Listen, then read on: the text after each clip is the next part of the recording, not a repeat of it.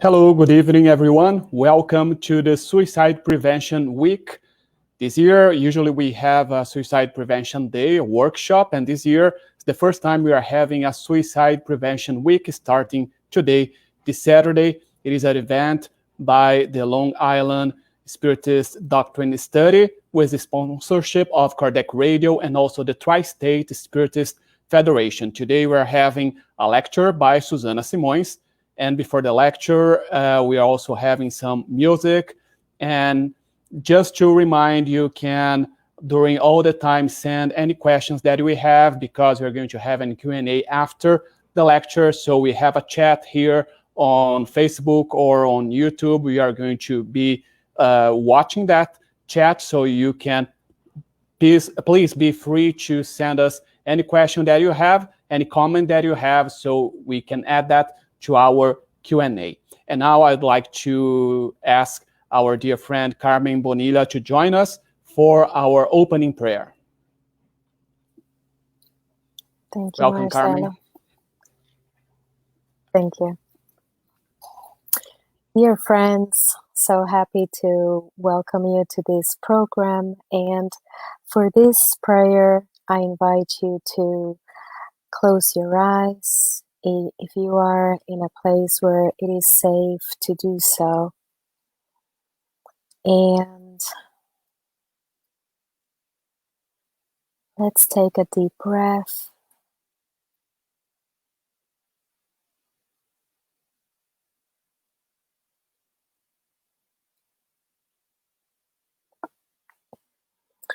We are so pleased and so thankful to come together for this program here tonight, to learn more about suicide prevention, to communicate this message to those who need it, and also to ask for the souls of those who have committed suicide on their own lives. This evening, we're thankful to come together, incarnate and discarnate friends, and we ask for permission to start this program tonight. May it be for your glory, Jesus. May it be for your glory, Father God. So be it.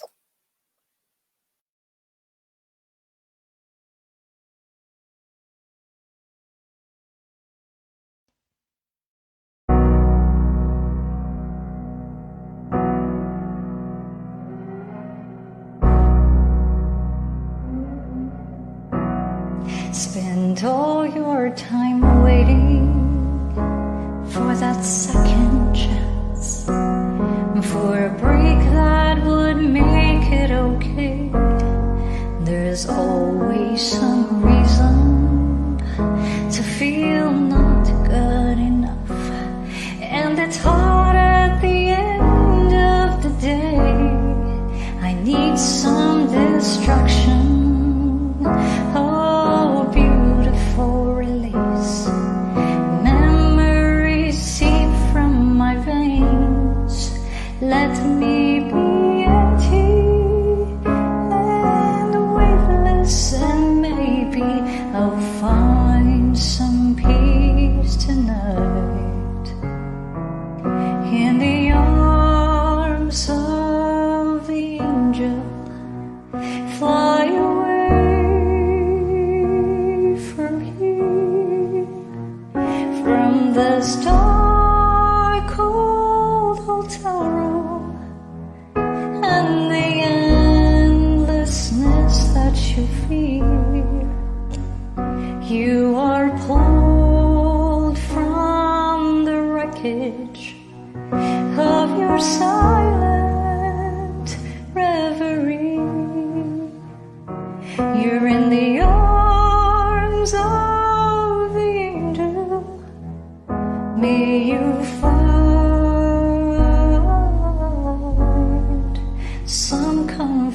comfort here.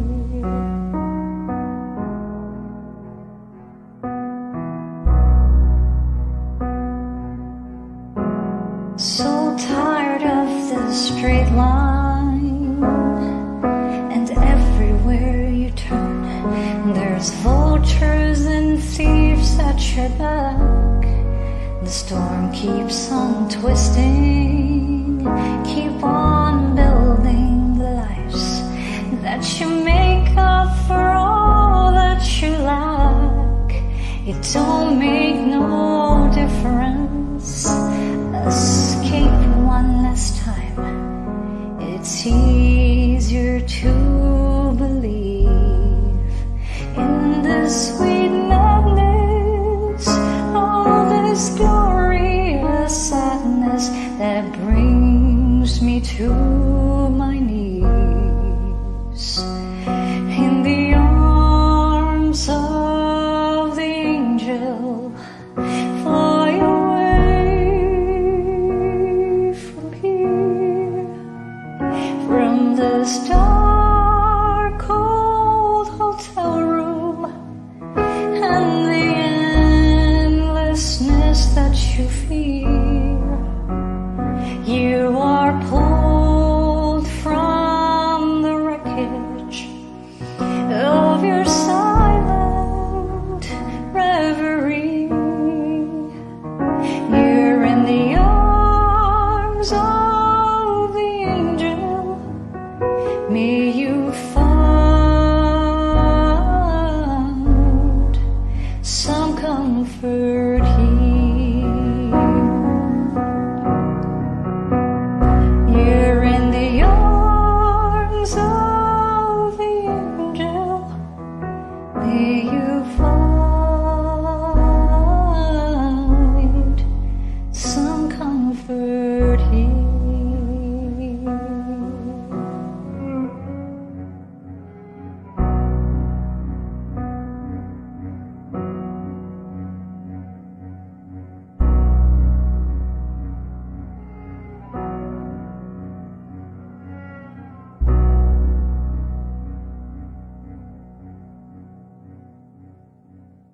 Thank you all.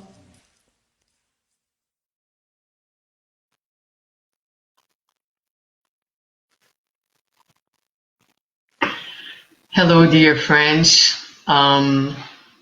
It is with enormous joy and actually emotion, forgive me, after hearing this song that we're here today with all of you.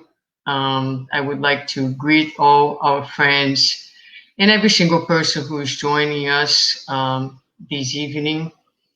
To this time that we're going to be talking about this very important theme. It's a special day for me. I received this invitation to join this program 2 years ago exactly. And so been waiting 2 years to be able to be here tonight talking about suicide. And what I hope to accomplish today is to bring to you a little bit of a broader vision about suicide. We usually, when we think about suicide, we think about something that's happening out there in someone else's house, for most part. We like to think that it is a thing that belongs to others.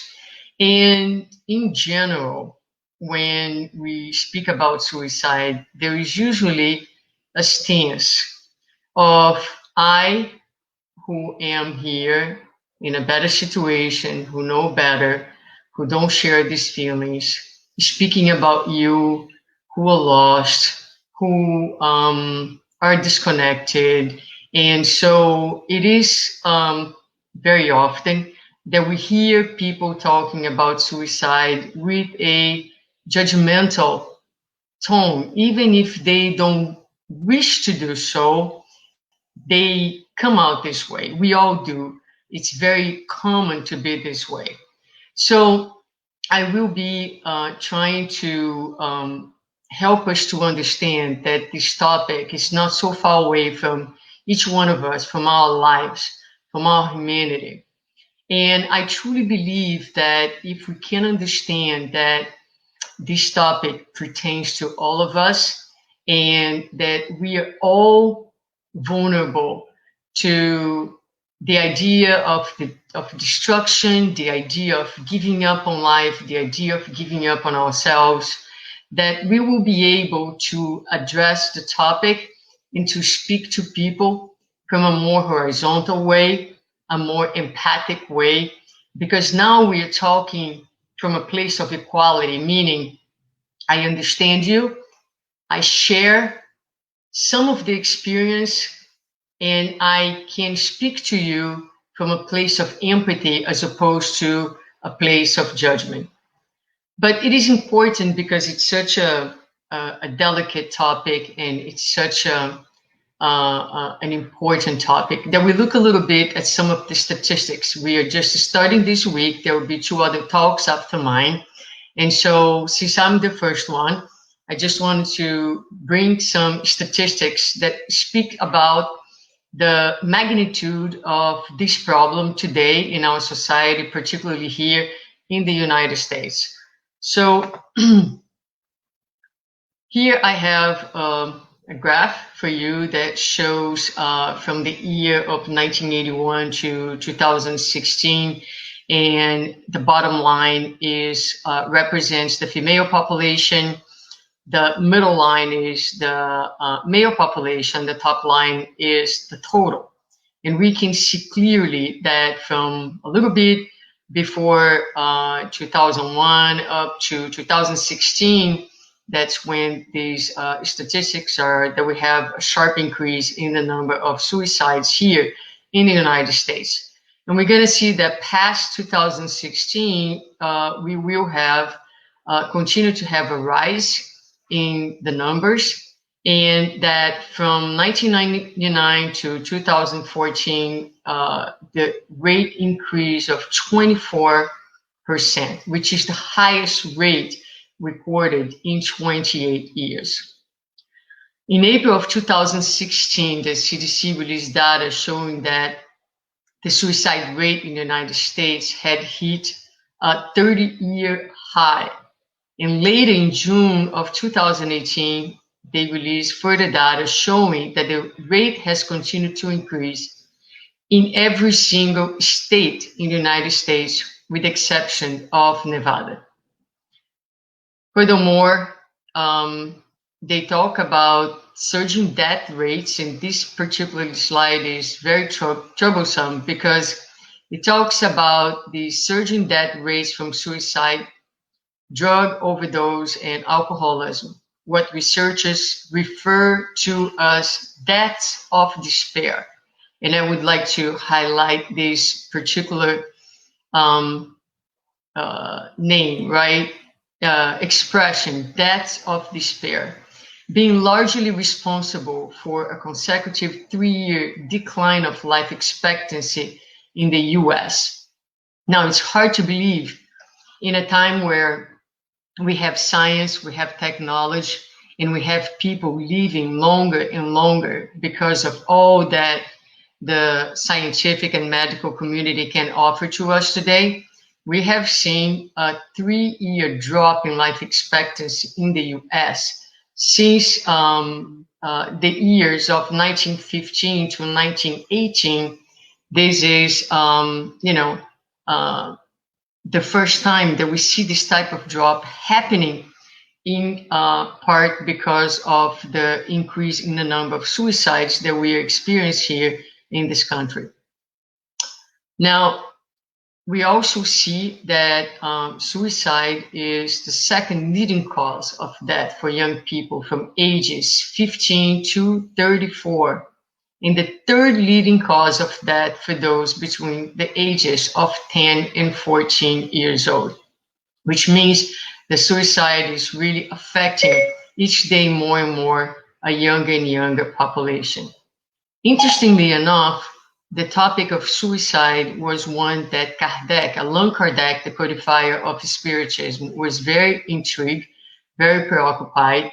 And we will see how Kardec speaks about suicide throughout the entire codification, the Spirit's review, and in posthumous work, he will say that suicide would multiply in proportions never seen before. And he actually had the vision that this would happen among children, precisely what we are seeing nowadays. And he will state, so many men and women will be affected by mental insanity that many will be crossed from the living even before they are dead. And I would like to also emphasize this sentence from Kardec because we will be addressing that aspect in our talk today.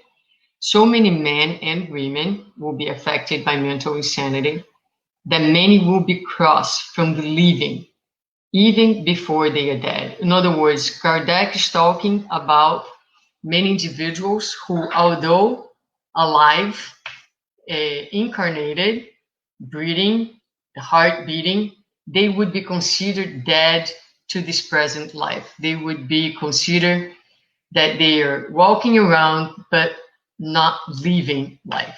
And we're definitely going to see how that also relates to our own experiences. But moving forward in beyond the statistics, let's look at who is the suicidal individual, what are some of the risk factors that predispose people to suicide, and some of the common feelings that we will see. So when we ask who is the suicidal individual, I will use some of the definitions given to us by the spirit Joana de Angelis through the mediumship of Divaldo Pereira Franco in many of her books, from a series of books that this spirit has called the Psychological Series. And in this series, Joana de Angelis talks about the suicidal individual by someone who is in deep pain, despair, disconnection, someone who has nurtured mistaken ideas that are in essence materialistic ideas and ideas that require immediate solution. Someone with feelings of victimization and absence of a sense of responsibility, and someone who truly believes that killing the body is the only solution available for their problems. And she will summarize by saying that the individual who commits suicide is someone who lost the address to his or her own self. When we look at risk factors, factors again that predispose someone to suicide, we can break those factors into personal factors and also social factors. So for personal factors, we'll have mood disorders such as depression that is highly linked with suicide, addiction to drugs and to alcohol. In fact, alcohol has been associated to 1 out of 5 deaths in cases of suicide. We have mental disorders such as schizophrenia, people living with chronic diseases, chronic pain, or losses of a loved one, losses of relationship, or losses, financial losses, for instance. There are also some social factors that may predispose someone to the idea of committing suicide, and those are wars, local conflicts, migration, discrimination, and trauma. Now, some of the common feelings that people will experience are hopelessness and powerlessness, despair, abandonment, low self-esteem, fear, anxiety, concern. And as we go through this list, and I could keep talking about some other feelings such as low tolerance to frustrations, for example, a question that comes to my mind that I would like for you to think about is, are these feelings unknown to you, right? So have you ever in your life had a moment where you felt hopeless or powerless? In times like the times that we live today, which one of us has not been taken by fear, by anxiety? Which one of us does not experience frustration? And which one of us in this humanity of ours does not suffer from issues like low self-esteem?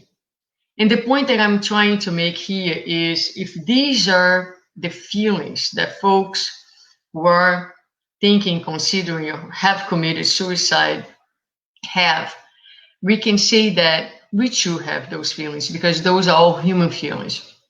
We experience them in different ways at different times in different proportions, but those are feelings that are known to us.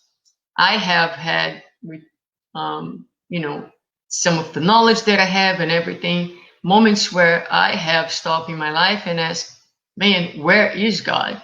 Right? Moments where, although we know everything that we know, we feel like, is there really any hope for this humanity? So we do have those moments where sometimes, more or less often, we do experience those feelings to some extent. But in moving forward, let's look a little bit about what Spiritism brings to us. And I would like to focus today on these two natural laws, divine laws, that we find described in the Spirit's book. One is the law of conservation, and the other one is the law of destruction. The law of conservation, it's cited in question 704 of the Spirit's book. And in this question, the spirits tell us that God has given us this instinct of conservation because of the need that we have to stay alive, and because life is necessary for the perfection of beings. So again, we have this instinct of conservation in us, because it's important for us to stay alive, because life is necessary for the perfection of things. So this is a very, very important point that I want to make. We all of us want things to be better. All of us want a better life for ourselves, for our children, for the planet. The way to get to a better life is to stay in life alive.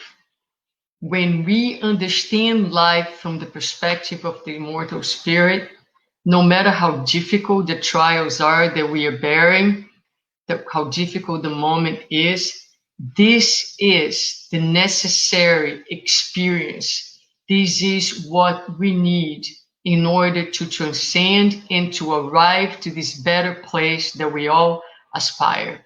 That's why God has given to us this instinct that makes us even fear death, because it is so crucial for our own happiness and for our own well-being, spiritually speaking, that we stay in this human experience, incarnated for the number of years that we have been programmed to do so.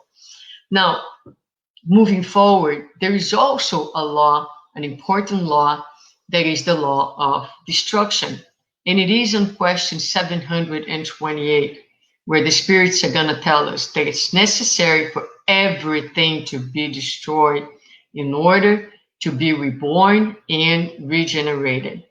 What you call destruction is no more than transformation, and is aimed at renewing and improving living beings.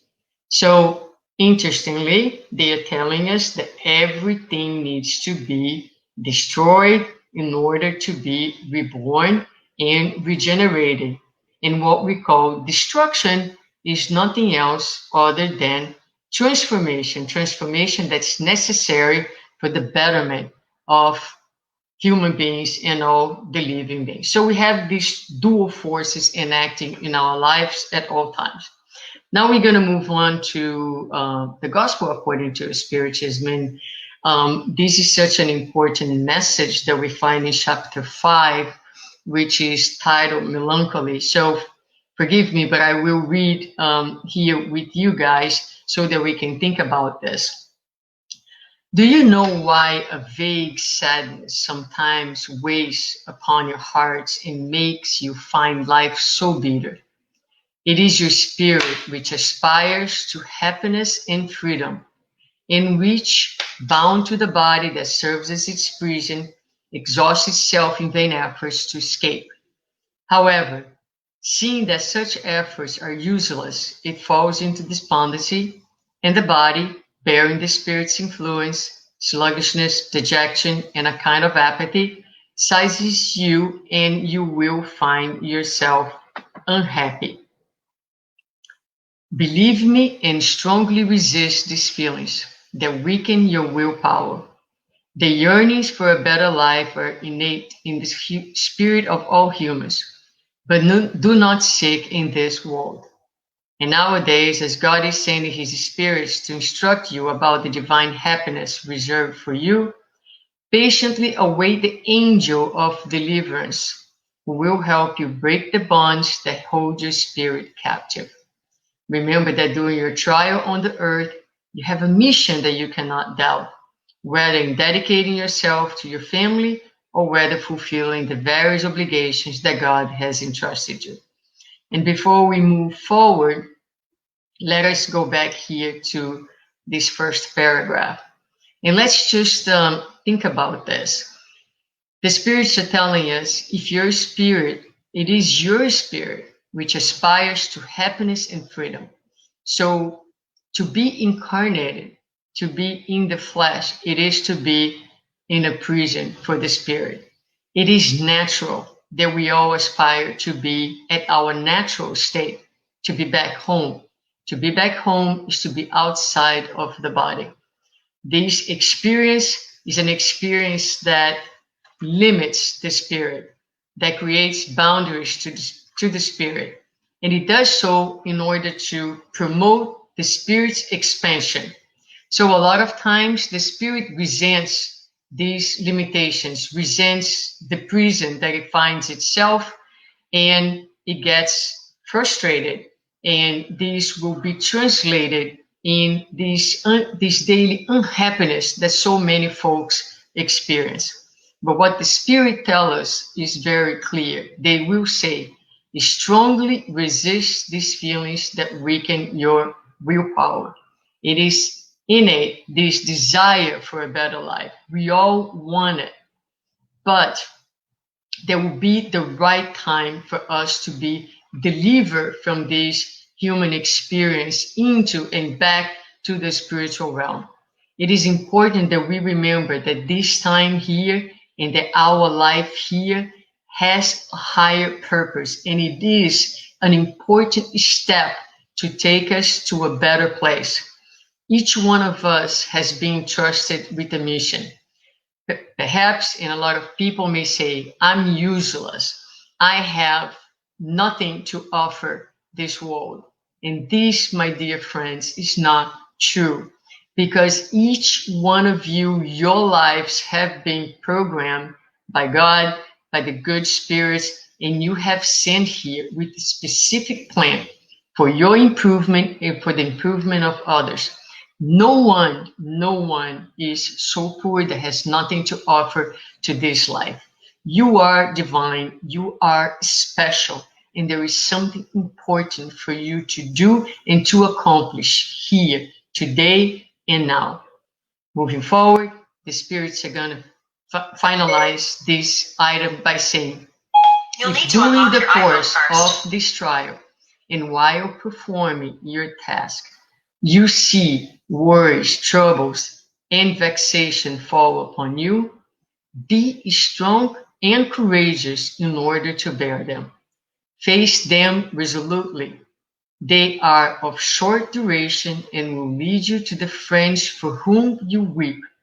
They will rejoice at your arrival amongst them and will extend their arms to you to lead you to a place where the afflictions of earth have no access. So again, the spirits are inviting us to face courageously and resolutely the difficulties, the trials that come to our way.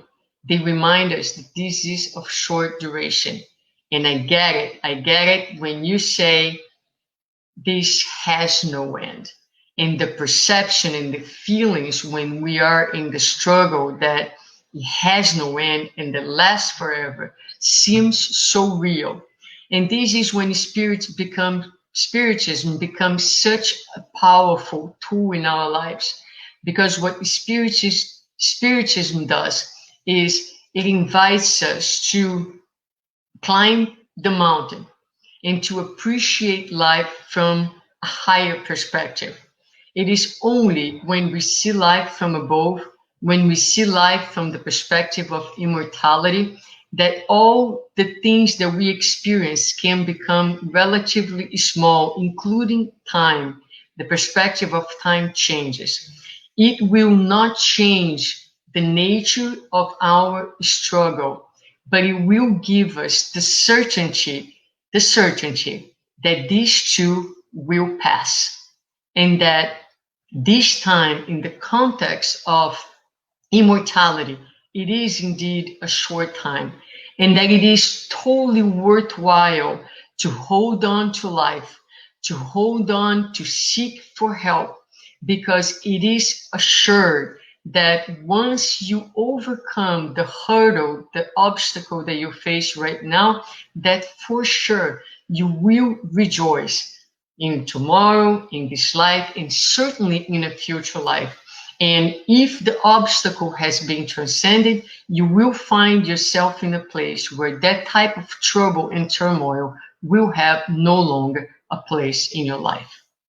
So let's think and meditate about these concepts. They're so incredibly important to give us the strength and the courage to stay here, taking care of the things that will help us ultimately to achieve the happiness that we all look for. But I would like to speak to you a little bit about the law of destruction and this idea of transformation. And this is an idea that two spirits bring to us. One of them is Dias da Cruz, through the mediumship of André Moreira, when he says that life recycles itself in two different ways. On the outside, through the recycling of matter, and the inside, through the recycling of values. So life is constantly recycling. There's always destruction and transformation. Matter on the outside, but also a similar process on the inside with the recycling of our own values.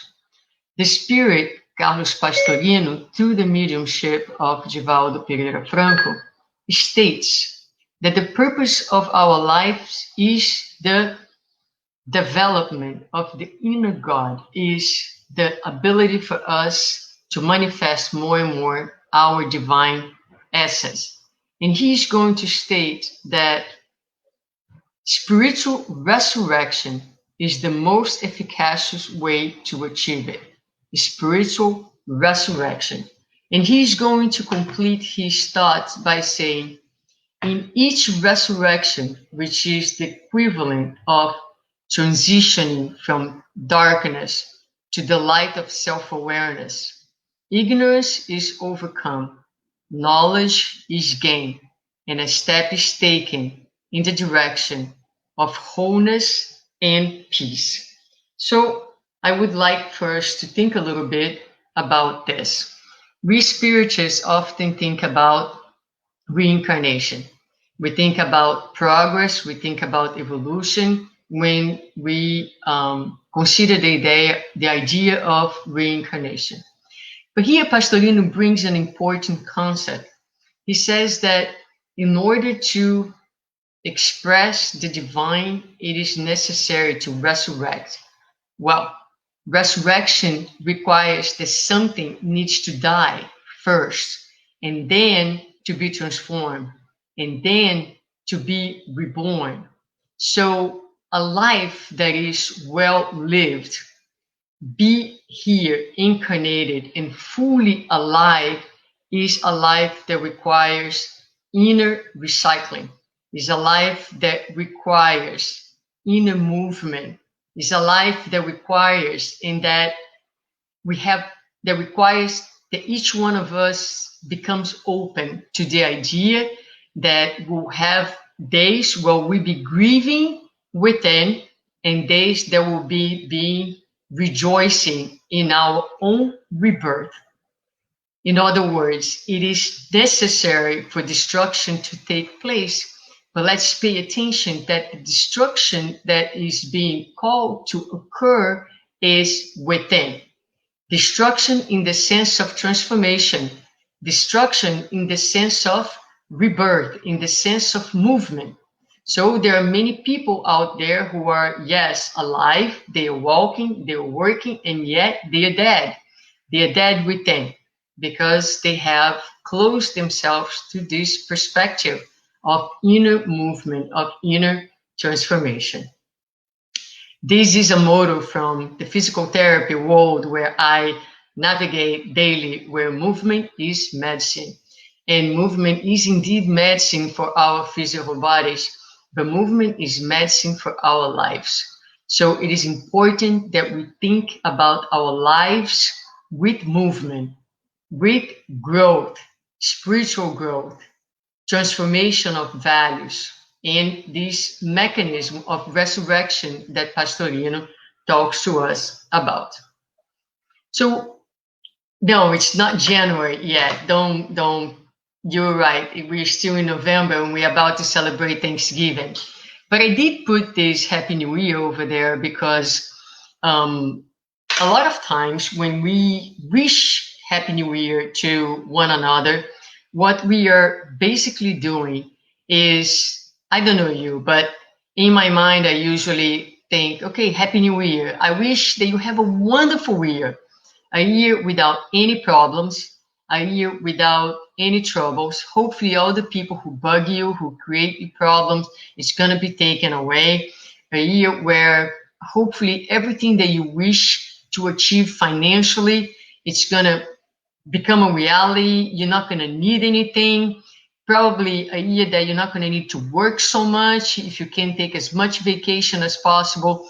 I mean, these are things that usually we, not exactly like that, but Happy New Year, what does that mean? And so when we wish that to someone, to one another, are we wishing life or are we wishing death? Because a life stillness, lack of movement means death. So many times in the gospel, we're going to see Jesus making reference to people. Wake up, you who are sleeping. Why were you sleeping, right? Why do we spend our lives sleeping or dead or not being courageous enough to do this inner work and take the struggles and the obstacles to be reborn stronger and stronger each day? So this is a book that I like very much. It's called The Presence Process by Michael Brown. I have cited before in different lectures. I like it very much. And here he says, our willingness to consciously engage our imprinted discomfort is the alchemy that fuels transformation. Our willingness to consciously engage our imprinted discomfort is the alchemy that fuels transformation. So when we have difficulties in our lives, and right now we are going through a very, very difficult time for so many of us, it's been particularly difficult time for humanity. A lot of feelings are stirred within ourselves. A lot of despair, a lot of hopelessness, a lot of powerlessness, but it is important that we sit with these feelings and we engage in the discomfort that these feelings bring to all of us, because this, my friends, is to choose to be alive in life. And the more that we choose to engage in the discomfort, this is the alchemy that will fuel our transformation. And he's going to continue by saying, this doesn't mean that we need to suffer unnecessarily. It means that when we seek authenticity as part of our experience, we are required to face whatever is unfolding within us. When our inner condition is uncomfortable, facing the discomfort is what authenticity is, not pretending it away. So when we have a situation, for example, of someone with a lot of resources, wealth, who loses everything, which is an occurrence that many people take their lives out of shame, out of despair, for the loss of material means. What we will realize is that yes, it is an incredibly, incredibly difficult experience, but that what we need to tolerate in a moment like that, the discomfort that will fuel the transformation that comes with a situation like that, it is perhaps for that man or for that woman to realize that the part that needs to die is not the physical body, but is the ego. The ego who consider one day itself to be more, perhaps above others, perhaps privileged, perhaps an outstanding administrator who was extremely successful, extremely intelligent, extremely capable, and now it's being called and it's being invited to recognize its own humanity, its own limitations, recognize that he or she is fallible, and take advantage to die, but not die by destroying the physical body. Take the opportunity to engaging with the discomfort of our egos that are shattered so many times in face of these circumstances, to experience the death of our illusions about our own selves and take advantage of this experience to be resurrected more wholly, more wholesome, more wholeheartedly. Same by a spouse, a very, very painful experience. But what needs to die is the ego or the idea that we think that we are perfect spouses. And perhaps what we need to do is to recognize that I too have my own flaws, that perhaps I didn't give the relationship I have limits as a human being. So again, this what life is calling us to do in a moment like this is to have the courage to face our own humanity and to again let the law of destruction takes place within ourselves, not by taking our lives, because that, my dear friends, will not solve anything. Will postpone and will enhance our problems, since we are immortal beings and death does not exist. But there is a call for that. There is a call for destruction. There is a call for transformation. And this is what life is giving us. And what I ask you, as I ask my own self, and I have been working on not pretending it away, is how are we doing? How courageous have we been entering our own discomfort zones and facing our own humanity? So people will take their lives, will do so because they have a sense of hopelessness. They have, like we have mentioned, a materialistic perspective.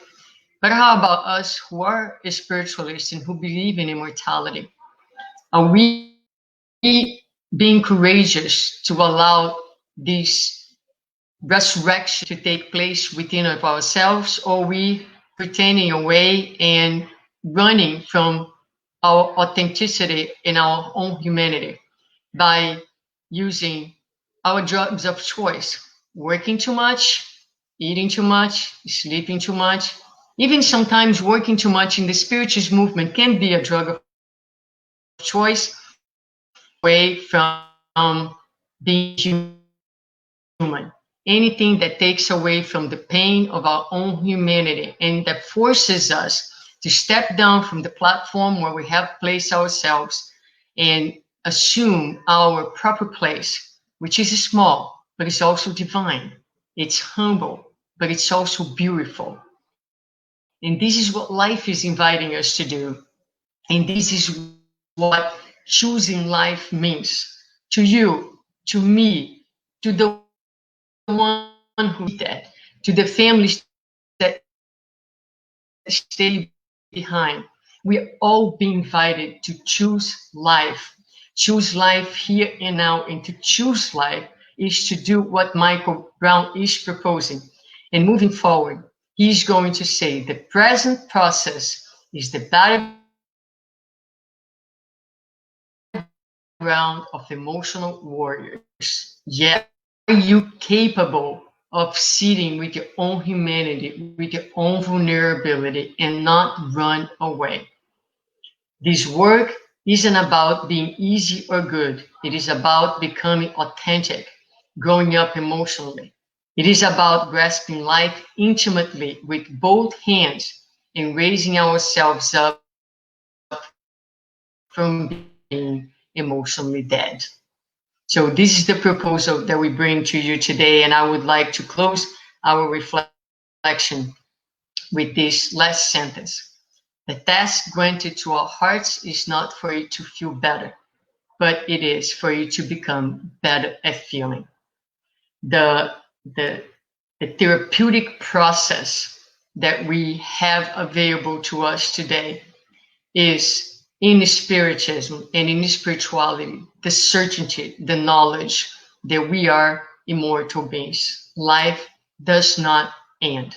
And the path for healing is always written.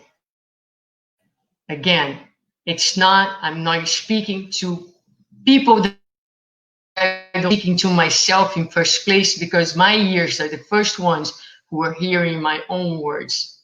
Let's choose, my dear friends, starting from us. Let's set the example. Let's choose to be alive moment to moment. Daily Suicide Prevention choose to leave you with this evening. Thank you.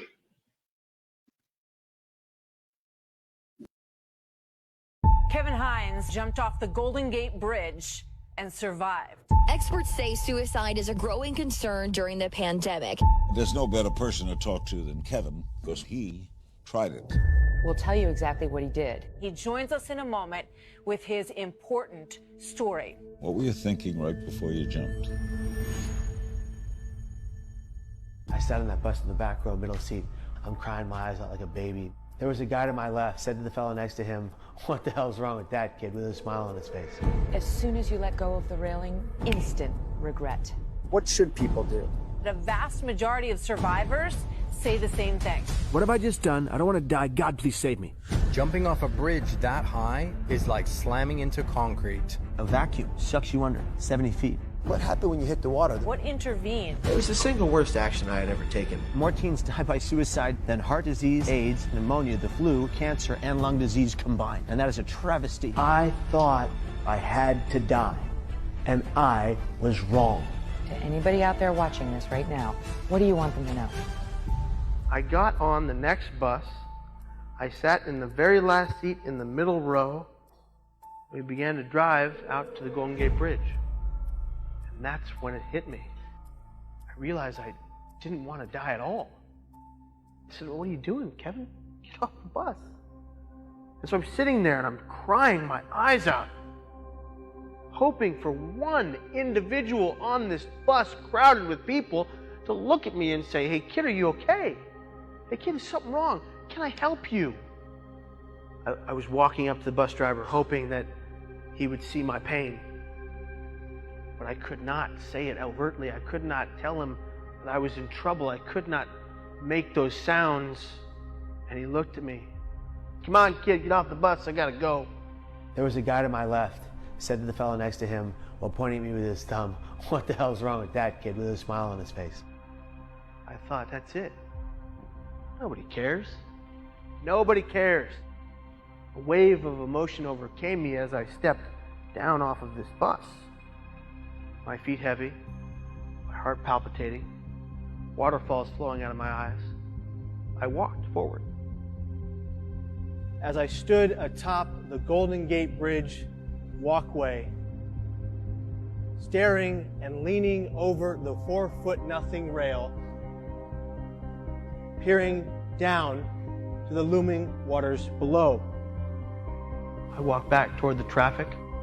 I ran as fast as I could, and I threw myself over the rail.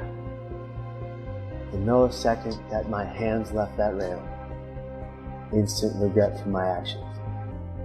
I fell 220 feet, 25 stories at 75 miles an hour in 4 seconds.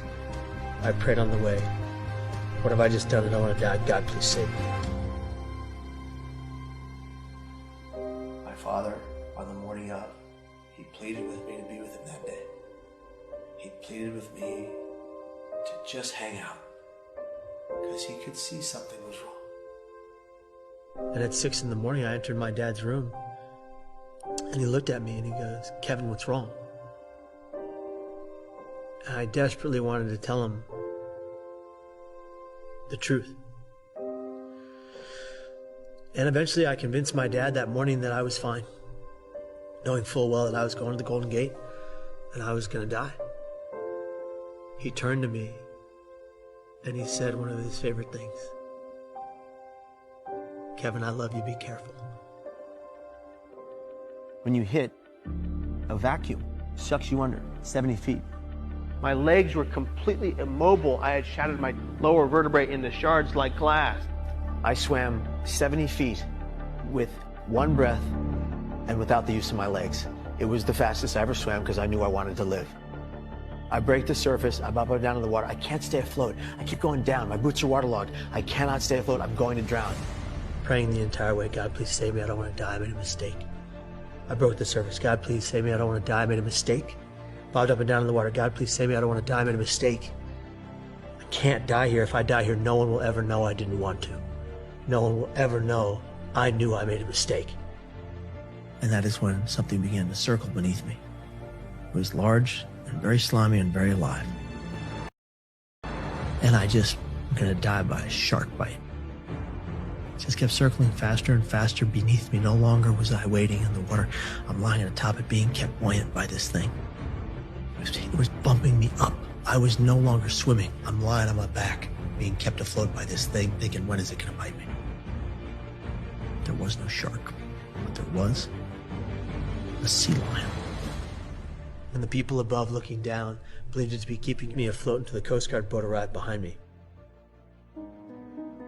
He got the phone call from the hospital, and he calls his secretary, Rachel, and says, "Rachel, my son has just jumped off the Golden Gate Bridge.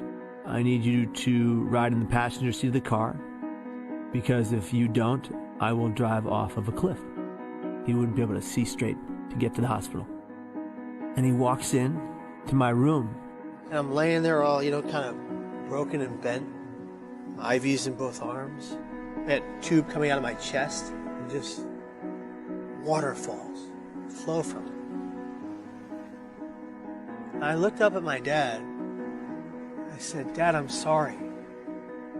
And he said, "No, Kevin, I'm sorry." And he comes over and he puts his hand on my forehead and he says, "Kevin, you are going to be okay, I promise." And I never held words closer to my chest ever before. I just held him. "Okay, Dad says I'm going to be okay. I got this." The road to recovery was pretty long. I still have all the symptoms I ever had. I just know how to cope with it and I know how to beat it. I built a support network over these years so that I wouldn't be fighting this alone. My dad took me back to the bridge a year later to the date of my anniversary. And we stood at the very light rail that I attempted. I knew exactly which light rail it is. On the drive there, he pulls over right in front of the police officers' union building. And he goes, Kevin, pick a flower." I go, "Dad, I'm not picking a flower from the police officers' union building until you get arrested." He goes, "Pick a flower, Kevin." Jump out, grab a purple tulip with yellow inside. We go to the bridge. We get to the parking lot. I don't want to get out of the car. I don't want to get out of the car. Dad, I can't do this. I can't do this. Kevin, we need this. You have to do this. We need closure.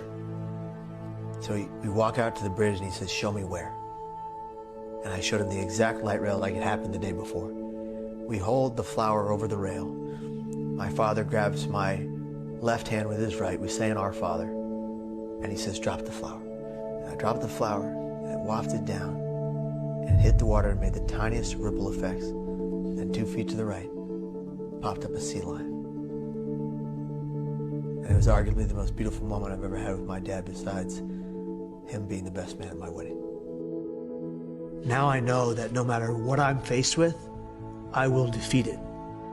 I have chronic thoughts of suicide. They plague me. They'll never, ever take me. There's no way I'm going to take my life.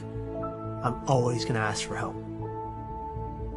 If I was able to exit this body and just be someone there for me, my 19-year-old self on that bridge, I would have stopped. I would put my hand on my shoulder, gently nudged it this way, and said, this isn't the answer. Your life matters. Your pain matters. And this isn't the end. This is just the beginning. Anybody out there watching this right now, considering it, what do you want them to know? Stop. Breathe. Just take a moment. 4 in through the nose, 8 through the mouth, pursed lips like a whistle but no sound. Stop. Breathe. Stop. Breathe. If you give the world time to have things change, you might get to have that beautiful future that you never even desired or imagined. I travel around the world trying to help people who don't have it all, who don't have that support network. Find reasons to support themselves. And if one of you is suffering and you're quiet about it, today, tomorrow, the next, ask for help. Practice never again silencing your pain. Tell the truth about it to someone. You're not alone, and suicide is never the solution to your problems. It is the problem, and you can defeat this pain one day at a time.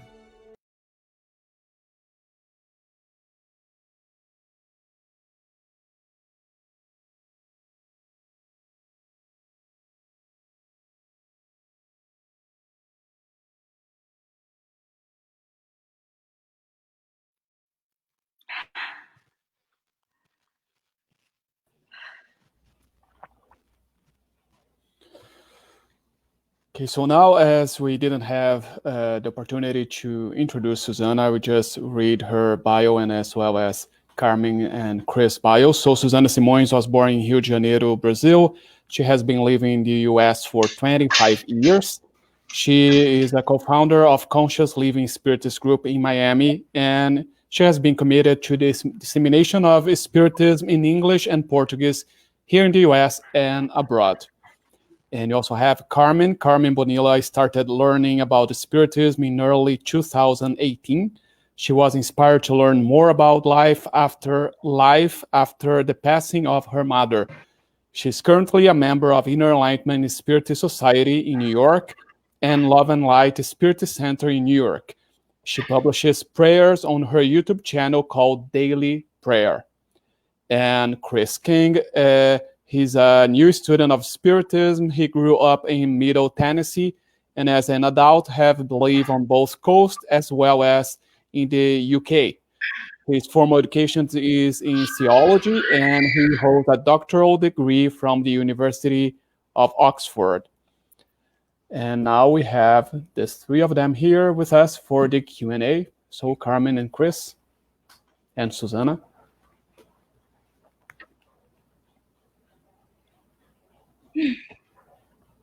I'll jump in there. Let me show my face. There we go. So you have a face to go with the mask.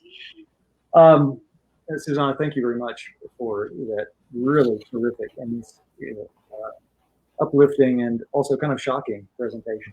I was really taken aback by the statistics that you brought forward about the steep increase in suicide in the past 20 years. Which obviously tracks with some major changes in our civilization and in the United States and American culture. But also just the way suicide has contributed to a decreased in life expectancy for the first time in such a long time. It's just part of that, obviously part of that social trend of sort of the diminishment of expectations and a reduction of life choices and options that are characteristic of our generation as compared to past generation. This is such a rich and complicated topic. I have a lot of questions, and so where to begin? So a little like a personal story, and just I'd like to ask your reflections on it. When I was in college, I had a very, very close friend, dear friend, who had severe bipolar disorder. He was gay. He came from an extremely conservative Christian family who lived in North Texas. After college, he went home, and they almost imprisoned him. He came out to them. They were really, really oppressive about it, and combined with his psychiatric issues and just an atmosphere of misery at home, he took his life about 2 years after graduation. And I was the last person he talked to before he killed himself. And I was young and I wasn't attuned to the kind of clues that people who have suicidal ideation or plans often, give you.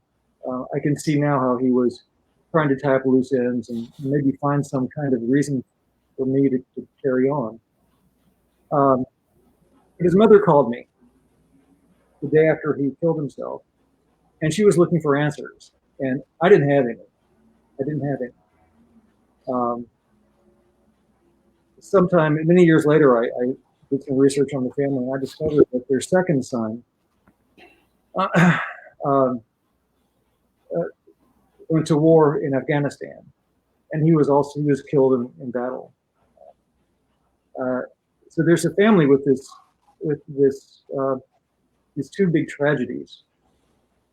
So for me, there are just a number of questions that I have that arise from that story. And the first question is, what could I have done?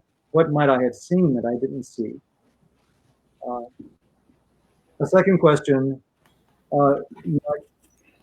it stayed with me after his death. What can I do for him now? What can I do for him now? And the third question is, what's going on with his family? Because I've come to feel that these two tragedies are somehow part of so it's such a story of the family. And I don't even know what the question is there, but what does the family have to do with this? What does the family's karma have to do with this, if anything? How do we speak to families about their stories? So I'll just leave it at that. Maybe there's something to work with in there. Thank you.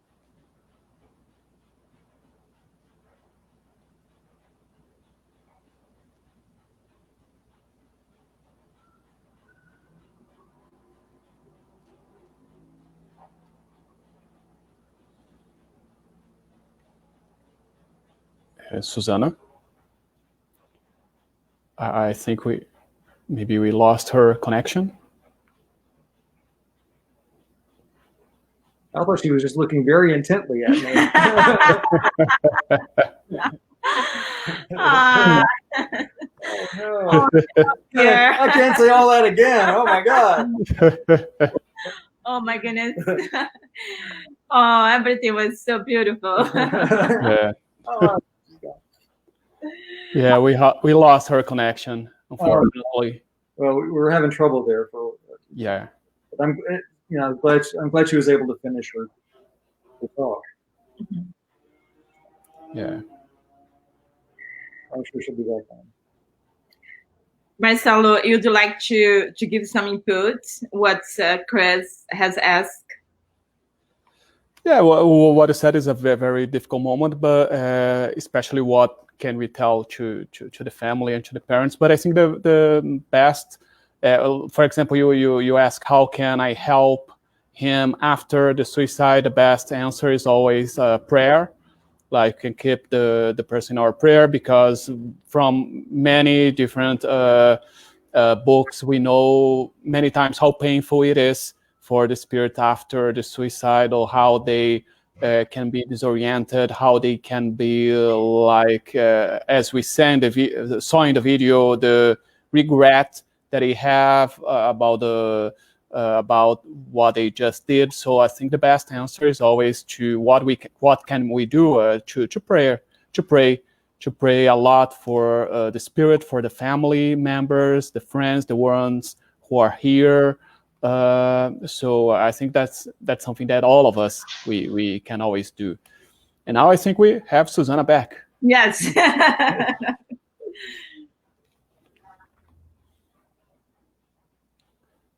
Or maybe not. Maybe not. No. Susanna. Maybe if we were to. Was you guys cannot hear me?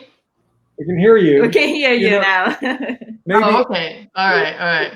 Okay. So let me. I did get some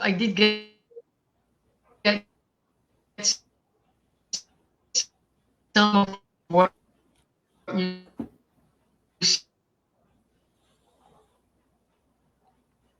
said.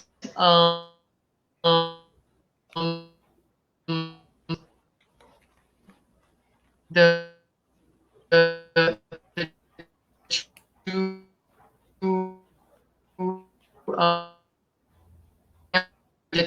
true Yes. tragedies.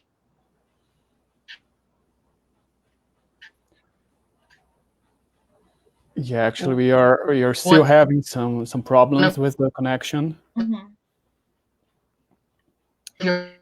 Yeah. So maybe on in your case, question was, what could I have done? Maybe it should we should not look in the past, because we're really not sure what is the history of the family, and we really want to go to talk to the family will not understand if you go to the family, and the family member had committed suicide, and when you tell, well, this may happen due to the script of the past, that we would not understand.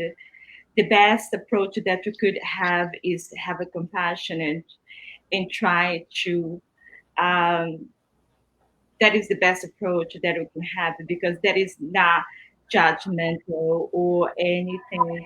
I'm sure that the parents, they did the best that they could, whether how they had behaved, whether it was the stigma, because our society unfortunately has a lot of stigma for people with mental illness.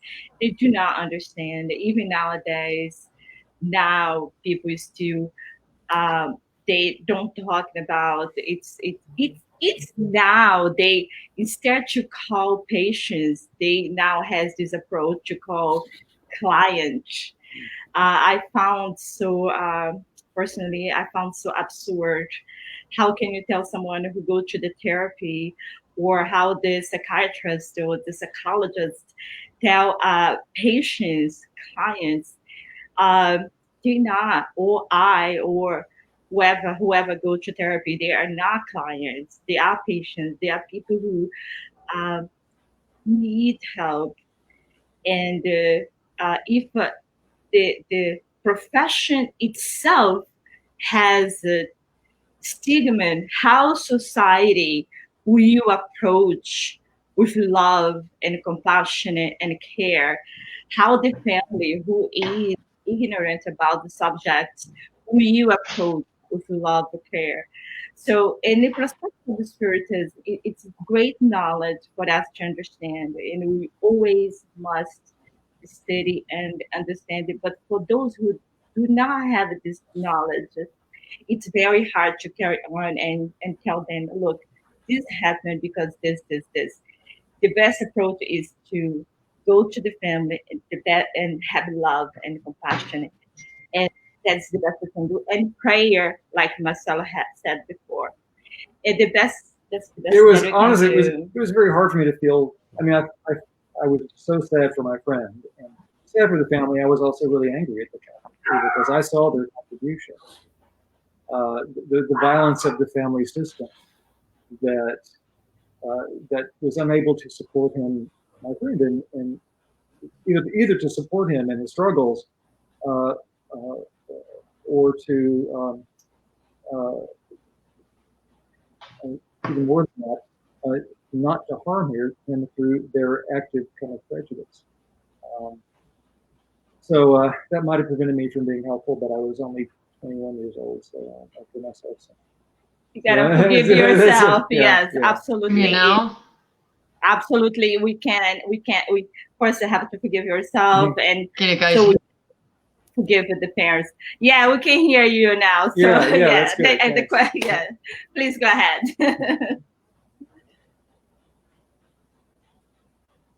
Susanna? Okay. So, because I think it's such, and I'm sorry, we have my dear friends Andrea and Marcelo picture over there because we share our StreamYard for the center purposes. But that's a question that everybody asks.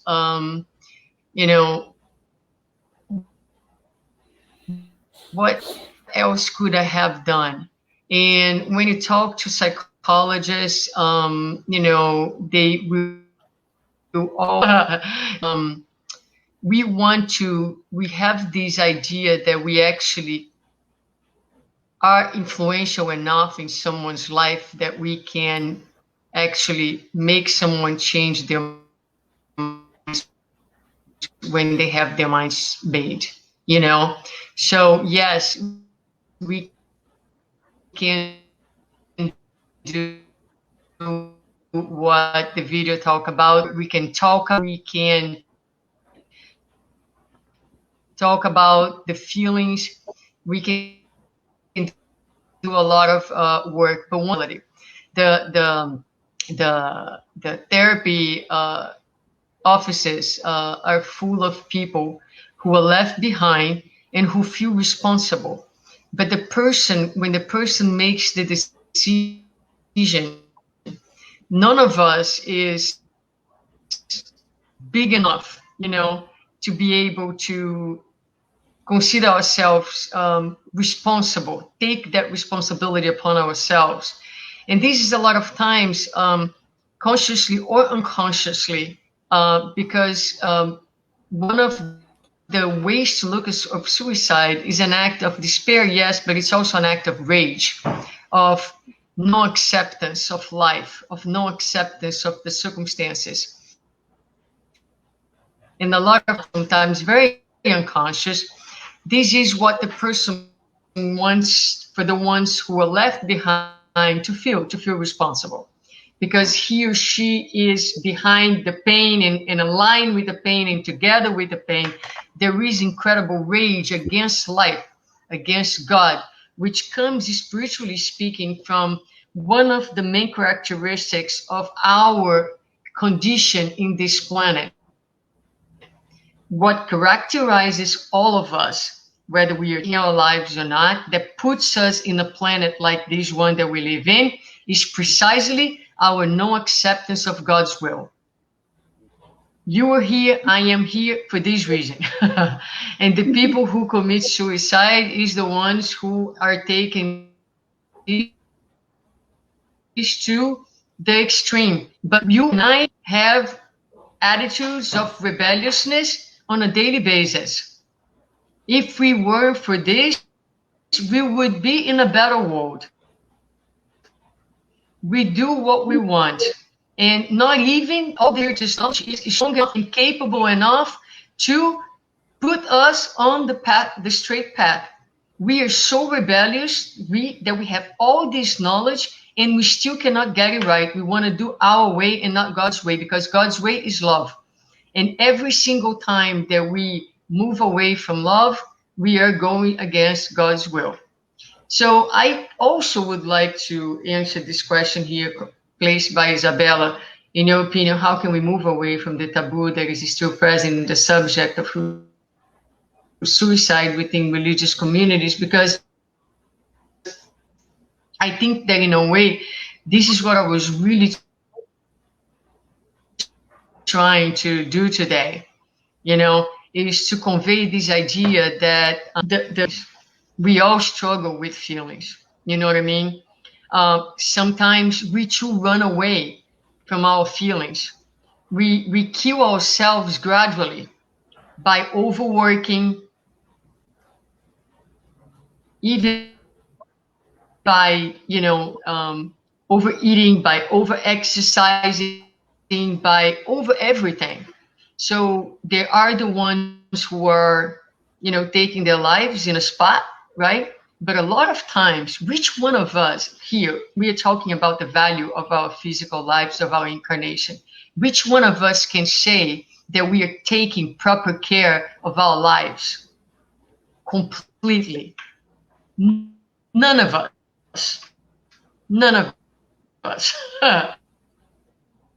So it's important that we understand that we are not so different than those that we say are in despair or committing suicide or doing a violation. So if we can bring it home, if we can all be more our struggles in keeping my physical health, our struggle to attend my emotional needs, you know what I mean? Then the Spiritist Center will become a place where people will be more comfortable in being their pains, their difficulties, you know what I mean? So I think that this is a way of breaking the taboo, is by making the religious arena a more human arena where people can be authentic in their humanity, so that when you go there, you don't feel that you are a foreigner, that you don't have the sense that what you're feeling, you are the only person who is feeling. Because we all feel those things, because we all compromise our stay here by not attending and by escaping and by not processing our emotions in the way that we should be processing. We're really not that different. We are the same, So if we create this awareness, then people will feel like, okay, there really is a safe place that I can go to, because these people are not superior than me. These people are just like me. And so I can speak to them. But as long as we're receiving people in the Spiritist Center saying, I am the counselor who am here to receive, my charity, my wisdom, then it's hierarchical. It's vertical. It's no longer horizontal. People need to walk into the Spiritist Center and see people, humans, so that they can feel that that's a safe space to speak about their limitations.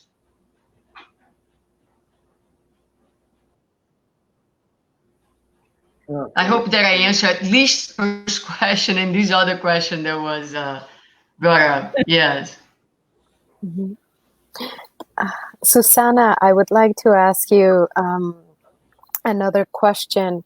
I appreciated so much from your talk how you made a connection between suicide and so many other things, like illnesses, including depression, addiction, losses, other situations that get us into despair, such as wars, conflict, trauma. And there was one point where I made this connection between the despair experienced by someone who may be thinking about suicide and the need for renewal and transformation. And so I was wondering if you could speak more about that, you know, that need that that is there for all of us, and that is there in particular when these thoughts, when this, you know, the words coming to mind are these bad influences of thinking about suicide are coming to mind. It's the depression is a place of extensive sadness, also associated with, like I said, there is a characteristic of no acceptance of life. If his life is not the way I want, then there will be no life. That's basically what it comes down to. So what I think it's really important for us to consider is that feelings, right? Sadness. Before we become depressed, a lot of times we will experience sadness. And I think one of the most powerful ways that we would have to prevent suicide that is so deeply associated with depression is we treat sadness before it becomes depression. And so sadness is just a feeling. It's a feeling that speaks to us about the state of our soul. So it is really important for us to open space to feel sadness. Because when we don't feel sadness, that sadness is buried in our beings and it grows because it doesn't flow. God put tears in our eyes so that we could cry out our sadness. But some people can't cry, and we have such a difficult time with sadness. We live a paradigm of happiness. We must be happy. If you walk into a spiritual center, and I'm talking about spirit center because we are spiritists, and someone says, "How are you?" and the person looks at you and say, "I'm deeply sad," what we're gonna say to that person? "Oh my God, don't feel sad." Excuse me? No, don't feel sad. Let's do a prayer. Let's do a prayer. No, let's read something. Let's read something else. Okay, I'm not saying that those things aren't good, but perhaps the first thing that we would need to do is to say to that person, "Oh, you sad? Would you like to talk to me about your sadness?" That's it. But in order to be able to listen to someone's sadness, we need to be comfortable with our own sadness. We need to be able to feel sadness. Sadness is not an enemy. Sadness is a messenger of the soul that's telling you something. So part of our difficulty in helping is because we are so unskilled to deal with our own emotions. And so what we want to do with people who are sad is to make them happy immediately or to shift their minds into something else. When perhaps what we should be doing is giving them a safe space to be sad, to express the sadness, to cry the sadness. And then, yes, nobody's going to be stuck on that, but people have different times, and different sadness require different times for healing. If you lost your elderly mother who was 9 years old, you're going to require a time for healing. But if you lost a child who was 5 years old, you're going to require another time for healing. It's not the same experience. In fact, I am preparing a lecture that is to talk about, I'm going to put it out there. The title of the lecture is going to be Death Exists. Because I find that in the Spiritist movement, with the paradigm of immortality, we have we have not given enough attention to the painful process that is physical death. We are in a planet where, according to the Covey theory, we have a deep identification with the material realm.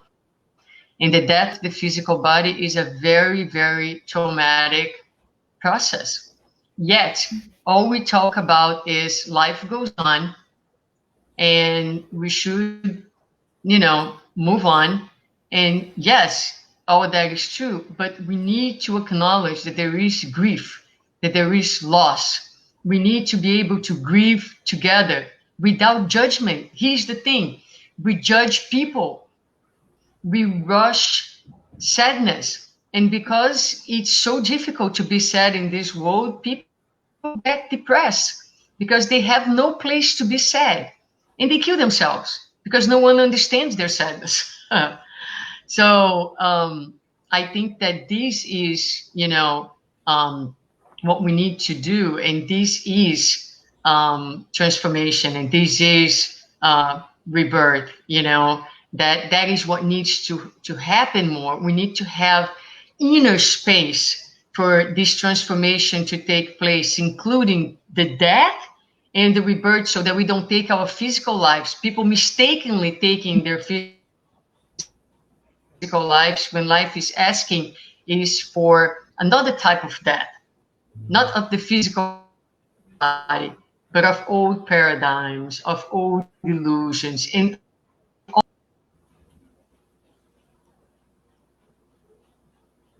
I hope I answer your question. Thank you. Yep. So, Dulce, do you have any more questions? Any other comment? Do you Chris? have more questions? I have many more questions, but there's probably not enough time for that. Is any more time for any question? It's up to you. Let me see. Oh, wow. Well, we move towards the end. Sorry. We all lost track of time here. Sorry about that. Yeah, we move forward. We have to end. It's lovely, the conversation. It's beautiful, but I know. Yes. I would love to be here. Thank you so much, Susanna. Thank you so much, Marcelo, Chris, and Carmen. I really appreciate it. I love this talking because we are emotion beings, and we do feel emotions, and the feelings, the emotions is our thermometers, tell us how we feel. The only way we grow is learning how to deal with. We cannot grow emotionally if we don't know that is there. We cannot skip steps and then figure out how things are, how to grow without notice that's there. It's not a way to grow that way. So thank you so much. I think I am a very emotional being. People really see me who I am. Sometimes I give too much myself. But this is a part of who I am. I think I emotionally will grow as I get older. But thank you, and I appreciate it, each one of you. I'm so grateful. I didn't expect how lovely, how beautiful, and how so profound this is. Gratitude for each one of you. God bless you, and Master Jesus and all the good spirits to you, and all the workers who are behind the cameras, who are participating for putting this event together, and the other speakers who will be here the days to come, Wednesday and the next Saturdays when you finish this event. Thank you so much. God bless you. Thank you. Thank you.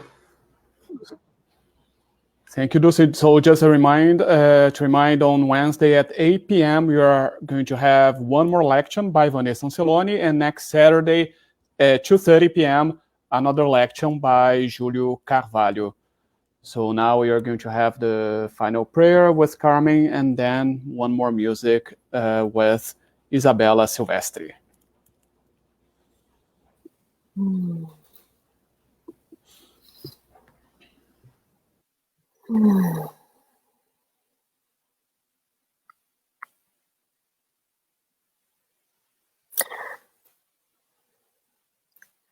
My heart is feeling full, and I think I speak for those of us around here. Our hearts are feeling full.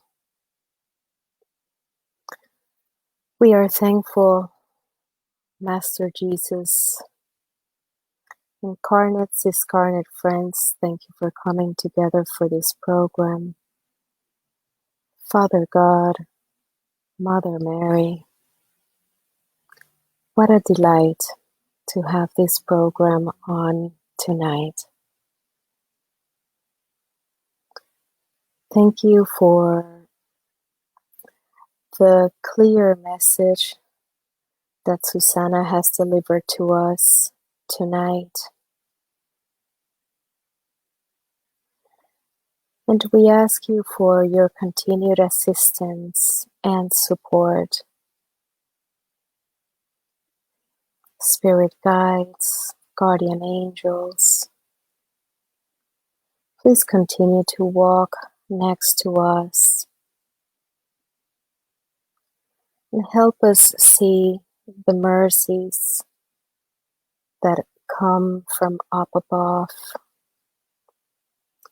the mercies that are bestowed on each one of us every single day.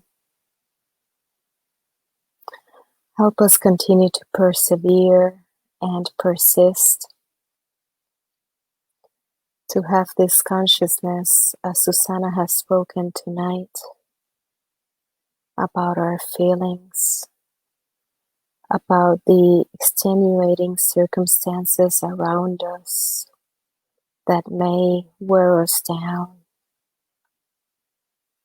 that may test our endurance. And we are so thankful for these examples and testimonials that we got to watch tonight. So thankful for those 2 lives saved. So thankful to be able to learn from their experience, to learn how, even in despair, these human spirits, they were looking up towards life.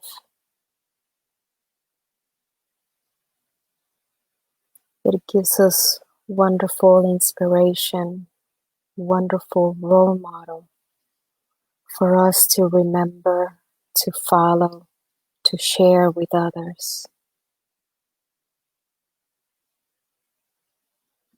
We ask, Master Jesus, Father God, Mother Mary, continue to guide our steps.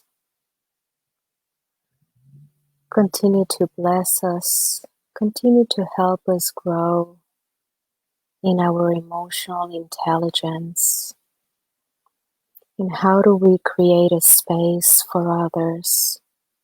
How do we create a space for ourselves to be with our feelings, to be with our challenges, to be with whatever tests we are going through? And we are ever so thankful for your support, for your love, for the light that you continue to shine upon us day after day. We're ever so thankful for this experience called life. And do continue to plant in us the seed of inspiration, the seed of love, the seed of enthusiasm, the seed of passion for us to continue our life missions. And may it all be for your glory. So be it. All right, this one I hope you'll sing with me.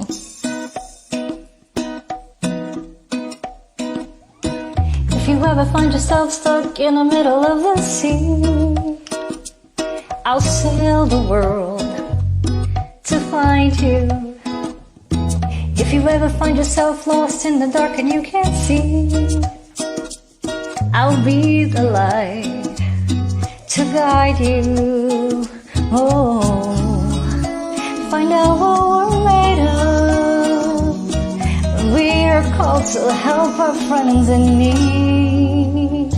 You can count on me like 1, 2, 3. I'll be there. And I know when I'm needed, I can count on you like 4, 3, 2. You'll be there. 'Cause that's what friends are supposed to do, oh yeah. Ooh, ooh, ooh, yeah, yeah. If you're tossing and you're turning and you just can't fall asleep, I'll sing a song beside you. If you ever forget how much you really mean to me, every day I will remind you. Oh, I know what we're made of. We're called to help our friends in need. You can count on me like 1, 2, 3. I'll be there. And I know when I'm needed, I can count on you like 4, 3, 2. You'll be there. 'Cause that's what friends are supposed to do, oh yeah. Ooh, ooh, ooh, yeah, yeah. You'll always have my shoulder when you cry. I'll never let go, never say goodbye. You can count on me like 1, 2, 3. I'll be there. And I know when I need it, I can count on you like 4, 3, 2. You'll be there. 'Cause that's what friends are supposed to do. Count on me like 1, 2, 3. I'll be there. And I know when I'm needed, I can count on you like 4, 3, 2. You'll be there. 'Cause that's what friends are supposed to do, oh yeah. Ooh, ooh, ooh, ooh. You can count on me 'cause I can count on you.